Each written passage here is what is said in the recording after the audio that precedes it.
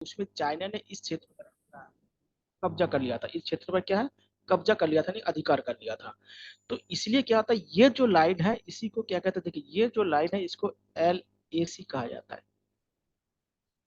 L A सी कहा जाता है, लाइन ऑफ एक्चुअल कंट्रोल कहा जाता है। लेकिन यहाँ इसके बाद यहाँ से लेके देखिएगा ये वाला जो लाइन है यहाँ से लेके यहाँ तक, उसके बाद यहाँ से लेके ये यहाँ तक जो भारत का लाइन है, इसे क्या है मैकमोहन रेखा कहा जाता है। इसे मैकमोहन रेखा कहा जाता है। उसी प्रकार से देखिएगा ये जो रेखा है पूरा, जब कश्मीर भारत में नहीं मिला था ना, तो देखिएगा ये पंजाब से लेके यहाँ से लेके ये वाला क्षेत्र, और उस समय जो कश्मीर और लद्दाख वाला क्षेत्र ना उसको कहते हैं रेड क्लिफ रेखा कहा जाता था। रेड क्लिफ, रेड क्लिफ रेखा कहा जाता था, रेखा कहा जाता था। लेकिन जानते हैं कि ये जो आपको जम्मू कश्मीर और लद्दाख का जो मैप आपको दिखा दे रहा है ना, ये संपूर्ण मैप क्या है इंडिया के पास है नहीं, मतलब संपूर्ण जमीन या जो क्षेत्र है वो इंडिया के पास नहीं है। आपको पता है कि जो कश्मीर था जो पहले, अभी तो लद्दाख और कश्मीर अलग हो गया, उसका 40% जो भाग है वो अभी भी क्या है पाकिस्तान के पास है, जिसे आप POK कहते हैं, पाक ऑक्युपाइड कश्मीर या पाकिस्तान अधिकृत कश्मीर कहा जाता है। और 60% भाग क्या भारत के पास है, ध्यान देगा। इसलिए देखिएगा ये जो अफगानिस्तान जो आपको दिखाई दे रहा है ये ना, ये जो अभी पाक अधिकृत कश्मीर है वहां से टच करती है। अभी जो वर्तमान में भारत के पास जो क्षेत्र है वो टच नहीं करता, लेकिन क्या है भारत सरकार चाहता है या भारत की जनता का यह है कि वो जो 40% पाकिस्तान के पास है वो भी भाग जीत जाएंगे। इसलिए आप लोगों ने अगर सुना होगा, जम्मू कश्मीर के जो विधानसभा है ना वहां पे क्या है अभी भी 24 सीट क्या है खाली रहती है। 24 सीट इसलिए खाली रहती है कि जब हम कश्मीर के उस भाग को जीत लेंगे जिसको POK कहते हैं, उसको जीत लेंगे तो हम क्या तो उन सीटों को भर देंगे। ये अभी भी भारत सरकार या भारत की जनता का क्या है एक डिमांड है। लेकिन कब होगा ये अलग बात है, वो बहुत बड़ा मैटर है, क्योंकि उसको जीतना उतना आसान नहीं है। क्योंकि भारत जब महाशक्ति नहीं बन जाएगा तो ये ऐसा संभव नहीं है, महाशक्ति बनेगा उसके बाद संभव है। क्योंकि संभावना क्यों नहीं है, देखिए दो तीन चीज देखिए, संभावना क्यों नहीं है पहले दो तीन चीज उसके बारे में समझ लीजिएगा। एक तो क्या है जो ये POK है ना, POK से क्या होता है, ये जो अभी देखिएगा चाइना ने एक रोड बनाया जिसको CETA का माइक जरा ओपन जगह बंद कीजिएगा, किसी का माइक से बहुत ज्यादा आवाज आ रहा है, इसको बंद कीजिएगा।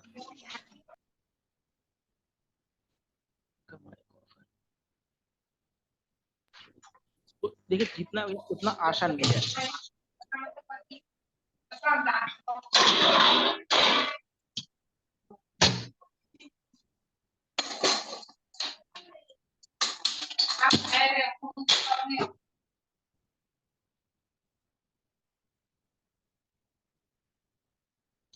तो ध्यान दीजिएगा, इसको जीतना इसलिए आसान नहीं है वर्तमान में बोल रहा हूँ, क्योंकि एक तो क्या है कि यही से क्या है चाइना ने क्या है पूरा यूरोप और अफ्रीका तक जाने के लिए रोड बना रखा है, जिसको ओबोर कहते हैं, वन रोड वन बेल्ट कहा जाता है। दूसरी बात है ये जो POK है वहां पे अमेरिका ने एक एयरबेस बना रखा है। एयरबेस मतलब वायुसेना ने ये जो युद्धक वायुसेना होता है उसका एक बेस बना रखा है। तो इनको हटाना अभी भारत के बस में नहीं है। वो माहौल बनाया जा सकता है लेकिन क्या इनको हटाना भी भारत सरकार के बस में नहीं है। जब भारत महाशक्ति बन जाएगा, वर्ल्ड पावर बन जाएगा, तब ऐसा हो सकता है। तो ये LAC और ये, और देखिए अभी देखिएगा ये जो 40% भाग है इसे आप यहाँ से इसको हटाइएगा, अरे ना ना ना, बंद करिए फिर कहाँ से चलेगा। ऐसा कौन करता है? किसका? अरे तो ध्यान आज दीजिएगा, मिली कल। ये बंद कीजिए।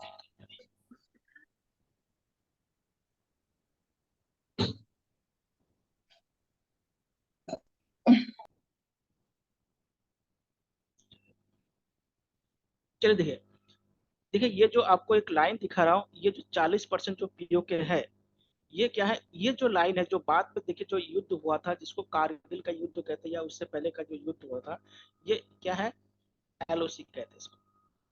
तो ये भारत और पाकिस्तान के बीच में 3 युद्ध हुआ है, और भारत और चाइना के बीच में एक युद्ध हुआ है अभी तक की बोल रहा हूँ।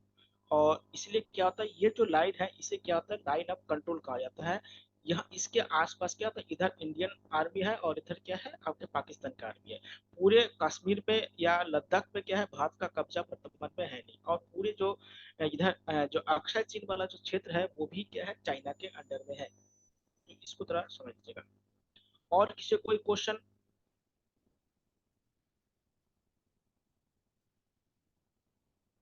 देखिए इस मैप से आप लोगों को देखिएगा, पाकिस्तान से कौन कौन सा राज्य मिल रहा है। देखिए गुजरात है आपका, पाकिस्तान से कौन कौन सा है, गुजरात है आपका, राजस्थान है, पंजाब है, जम्मू कश्मीर है और आपका लद्दाख है। ध्यान दीजिएगा।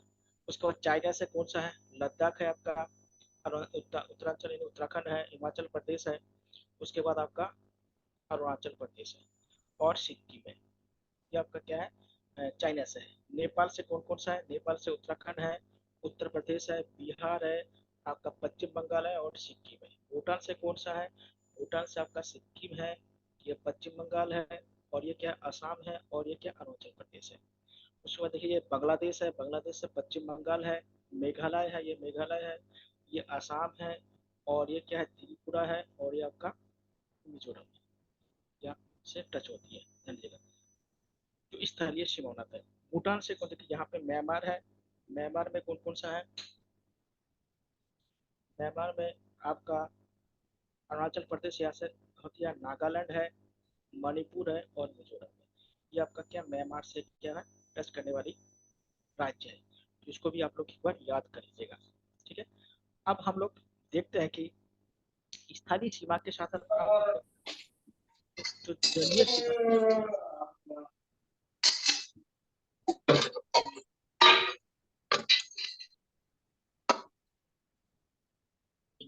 क्या है, हमारे स्थलीय सीमा है उसमें 7 जो देश है वो सीमा बनाती है, यानी 7 कंट्री है जो क्या है, बॉर्डर शेयरिंग करता है। समझिएगा।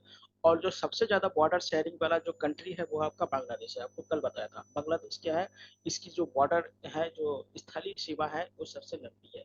और अफगानिस्तान का स्थलीय जो सीमा है वो क्या है, आपकी सबसे कम है। और सेकंड नंबर पे चाइना है। अगर चाइना अगर सबसे लंबी सीमा की बात करें तो दूसरे नंबर पे कौन है, चाइना है यानी चीन है, जो दूसरी सबसे लंबी सीमा साझा करती है। तो इसको आप लोग समझ लीजिएगा। अब देखिएगा ये जो हमारे ये जो सीमावर्ती जो कंट्री है, इनमें आपको कल बताया था कि जो यहाँ के जो 8 कंट्री है वो क्या है, भारत के साथ उप महाद्वीप बनाते हैं। तो वो आपको कल आपका डिस्कशन हम लोगों ने कर लिया था। अब हम लोग थोड़ा सा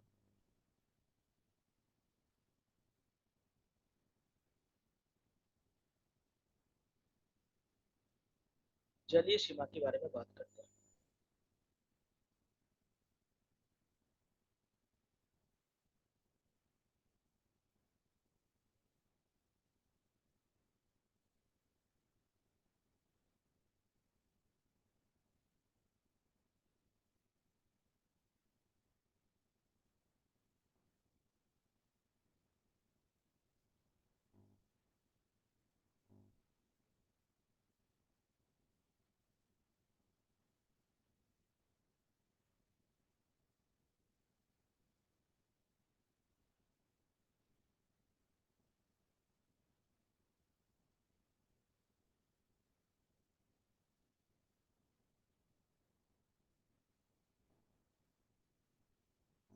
जलीय सीमा के बारे में हम लोग बात करते हैं।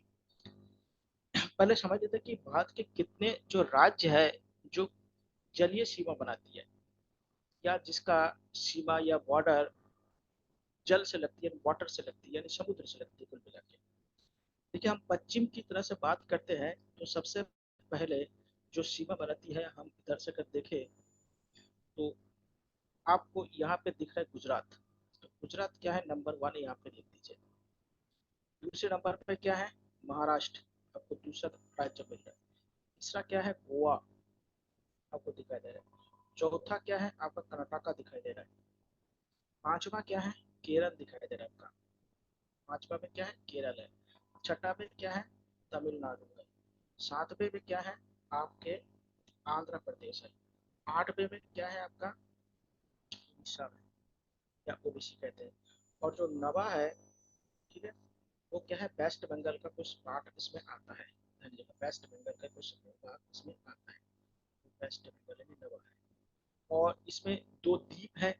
इधर जो द्वीप है वो क्या है, लक्षद्वीप है।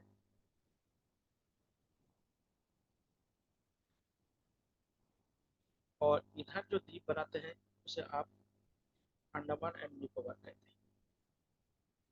ये क्या है, कुल मिला के भारत के 9 राज्य है जिसकी सीमा क्या है आपका,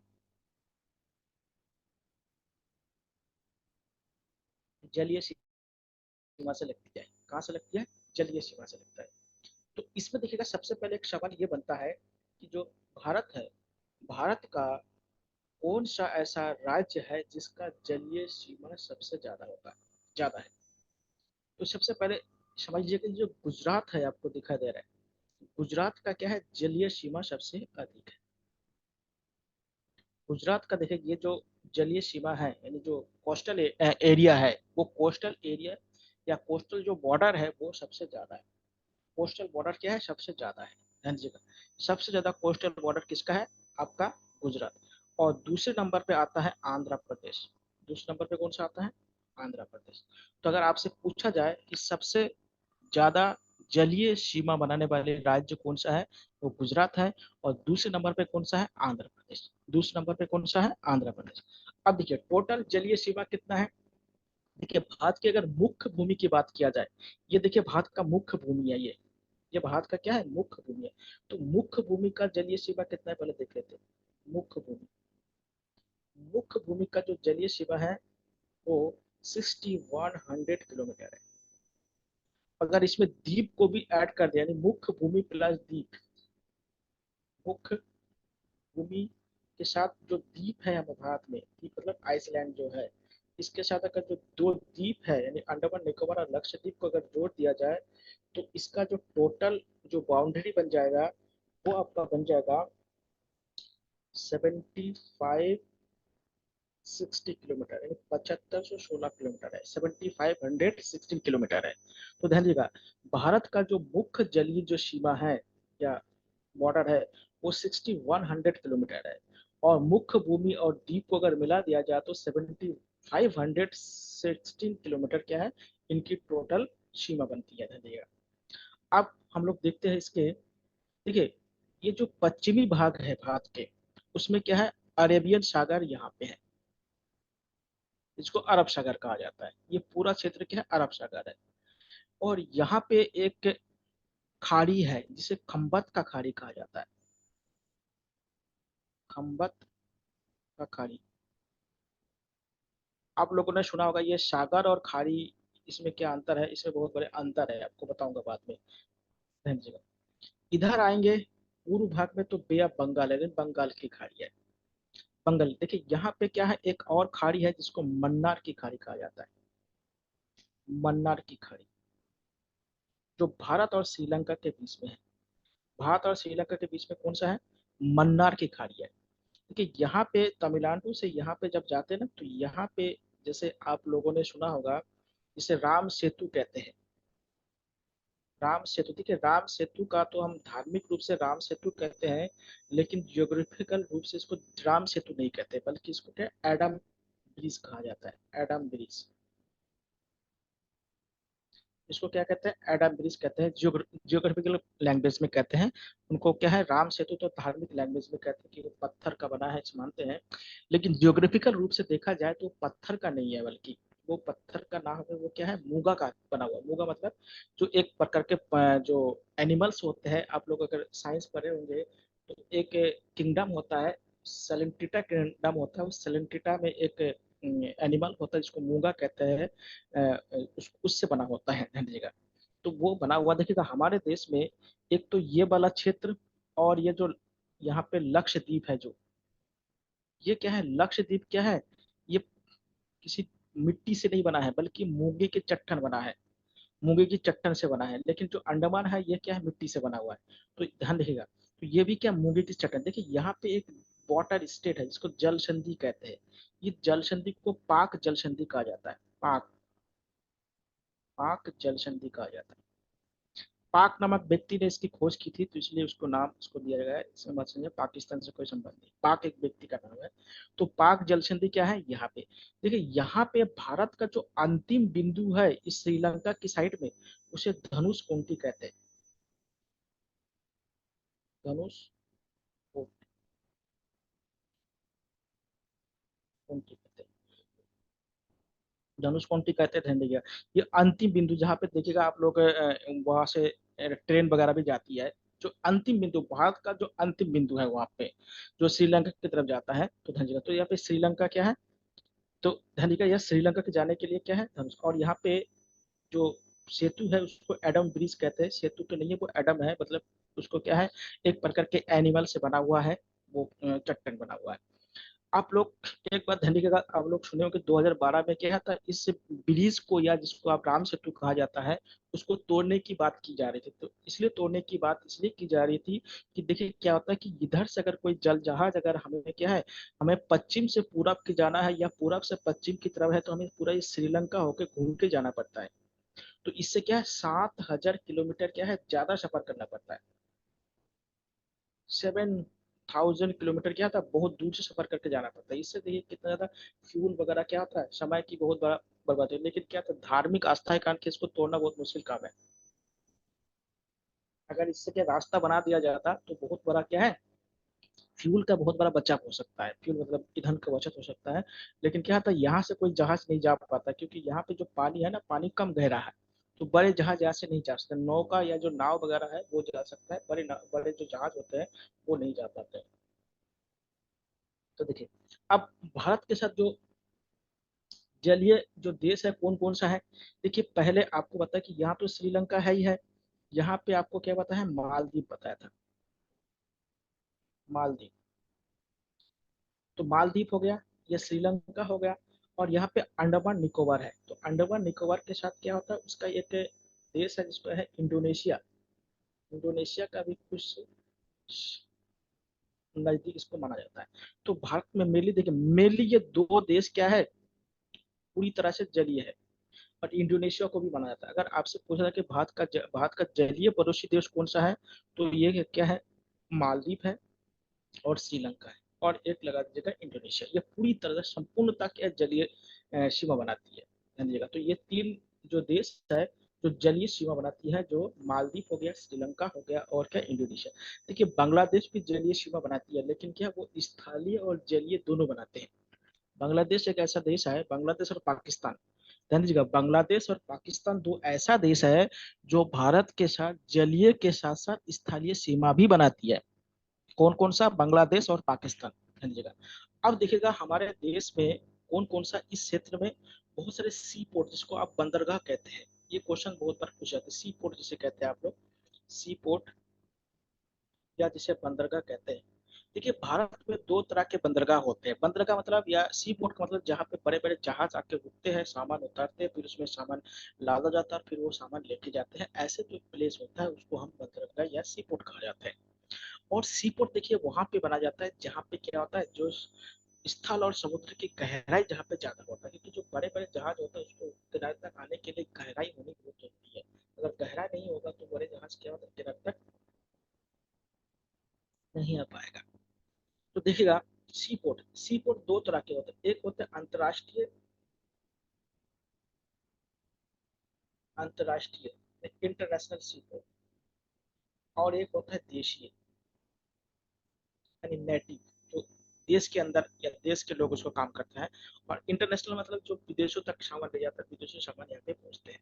देखिए भारत में इस समय जो 13 जो अंतर्राष्ट्रीय क्या है, सी पोर्ट है या अंतर्राष्ट्रीय बंदरगाह है, कितना 13 है।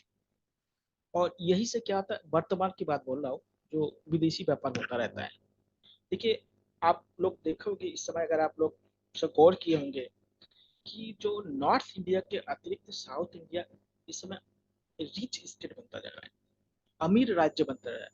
या साउथ इंडिया में साइंस का डेवलपमेंट बहुत तेजी से हो रहा है, ट्रेड का डेवलपमेंट बहुत तेजी से हो रहा है। आप लोग देखेगा अभी हमारे चंद्रयान भेजे गए हैं, उनमें जितने भी डायरेक्टर थे लगभग, और जो चेयरमैन है, सब साउथ इंडियन, इन नॉर्थ इंडियन आपको बहुत ही कम मिलेंगे।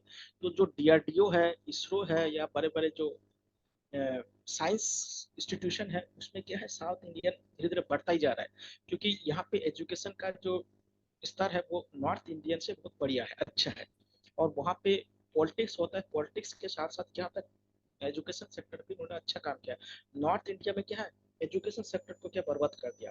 और आप जानते हैं कि जिस देश में एजुकेशन सेक्टर बर्बाद हो जाएगा, वो उस देश को बर्बाद करने का सबसे आसान तरीका है। जैसे अंग्रेजों ने मैकेले रूल ला के पूरे हिंदुस्तान को बर्बाद कर दिया, उसी प्रकार से एजुकेशन सिस्टम जहाँ पे गड़बड़ होगा वहाँ पे दिक्कत पैदा होना तय है।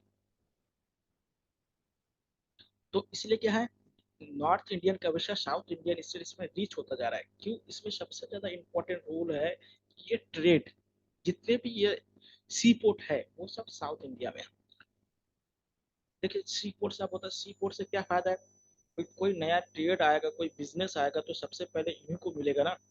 भाई आईटी का जो हब है बेंगलुरु है, हैदराबाद है, ये सब कहाँ पे है, साउथ इंडिया में। उसके बाद जितने भी साइंस इंस्टीट्यूशन है वो सब साउथ इंडियन है। आईएससीसी जो है वो भी आपके साउथ इंडियन में, जो अभी जो इसरो का हेडक्वार्टर वो भी साउथ इंडिया, अधिकतर साउथ इंडिया में ही है जो रिसर्च सेंटर है। तो इसलिए क्या है, साउथ इंडिया में क्या है, निवेश बहुत ज्यादा है, इन्वेस्टमेंट बहुत ज्यादा आता है। और देखिए बिना पैसे का कुछ नहीं होता है। दुनिया में कितने भी ज्ञान की बात कर लेंगे, लेकिन सबसे इम्पोर्टेंट है पैसा। पैसा नहीं होगा सभी ज्ञान के बाद पैर का धरा रह जाएगा। तो इसलिए क्या, साउथ इंडिया बहुत तेजी से बढ़ता जा रहा है। देखिए सबसे पहले हम जो बंदरगाह की बात करते हैं, सबसे पहले गुजरात में एक बंदरगाह की बात करते हैं, जिसे इसका प्राचीन नाम क्या था, कांडला। आप लोगों ने सुना होगा, लेकिन अब इसका नाम बदल दिया गया है। अब इसका नाम दीन दयाल उपाध्याय कर दिया गया। दीन दयाल उपाध्याय बंदरगाह कर दिया गया, पहले इसका नाम क्या था, कांडला था। ये भारत का बहुत ही प्राचीन बंदरगाह में से एक माना जाता है। ये क्या है, एंशियंट इंडिया में भी था। एंशियंट इंडिया में आप जब जानेंगे, हड़प्पा समय के उस समय भी यहाँ पे बंदरगाह हुआ करता था, या सी फूड हुआ करता था। दूसरा ये, यहाँ पे मुंबई में, आपको अभी पता है कि मुंबई क्या है, एक द्वीप पर बसा हुआ है। वो क्या है, मुख्य भूमि पे नहीं है मुंबई। ये क्या है, भारत का सबसे बड़ा बंदरगाह है, भारत का सबसे बड़ा सी पोर्ट।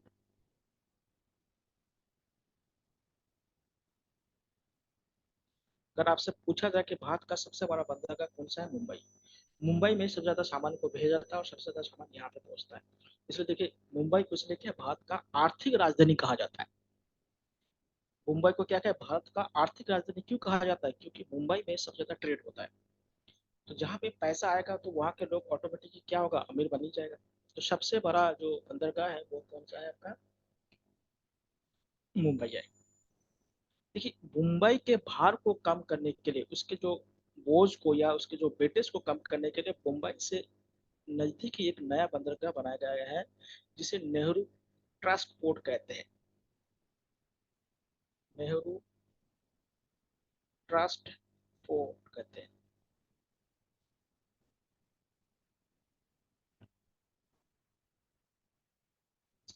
मंडला को दीनदयाल कहा जाता है। यहाँ पे क्या है आपका, मुंबई जो सबसे बड़ा बंदरगाह है, यहाँ इसके नीचे क्या है, नेहरू ट्रस्ट पोर्ट, जो पूरी तरह से क्या है, मशीनीकृत है। यानी पूरी तरह से क्या है, यहाँ पे मशीन से काम होता है, हाथ से काम बहुत ही कम होता है। इसके नीचे क्या है, यहाँ पे गोवा है। गोवा में क्या है, मर्ब गोवा बंदरगाह है, मर्ब गोवा। उसके बाद यहाँ पे क्या है, कर्नाटक है या गोवा है, ठीक है, इसको गोवा लिख लीजिएगा, ये गोवा में है। यहाँ पे कर्नाटक है, कर्नाटक में है मंगलोर। मंगलोर कहाँ पे है, कर्नाटक में। यह है केरल। केरल में कौन सा बंदरगाह है, कोचिन। यहाँ पे कोचिन बंदरगाह है केरल में। केरल में कौन सी है, कोचिन। ये ऊपर के मुंबई और नेहरू पोस्ट, ये दोनों महाराष्ट्र में है। उसके बाद देखिए तमिलनाडु में 3 बंदरगाह है। एक है यहाँ पे एन्नोर है। एन्नोर का वर्तमान में है के कामराज कर दिया इसका नया नाम, के कामराज। उसके बाद ऊपर है आपका चेन्नई।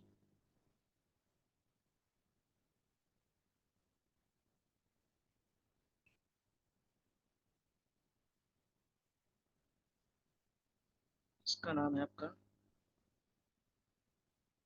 तिरुवल्लई।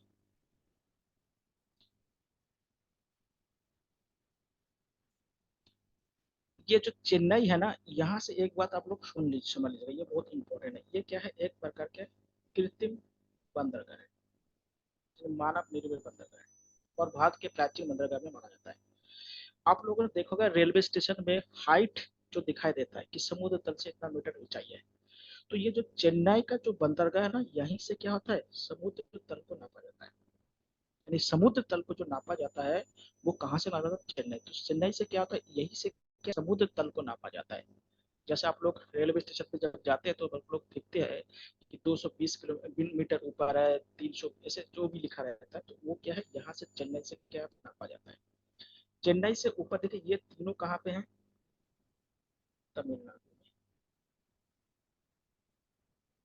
तमिलनाडु में। इसके बाद देखिए आंध्र प्रदेश में कहाँ है, विशाखापट्टनम। विशाखापट्टनम। ये जो विशाखापट्टनम है ना, ये सबसे गहरी बंदरगाह है, भारत का सबसे क्या डेप्थ या डीप कह सकते हैं बंदरगाह है, जिसकी क्या है गहराई सबसे ज्यादा है। इसकी क्या है गहराई सबसे ज्यादा है, जो कहाँ, आंध्र प्रदेश में। कहाँ पे है, आंध्रा में। आंध्र प्रदेश में है विशाखापट्टनम। और विशाखापट्टनम क्या है, सबसे भारत की सबसे गहरी बंदरगाह है। तो सबसे बड़ी कौन सी है, मुंबई है। और सबसे गहरी कौन सी है, आपका विशाखापट्टनम है।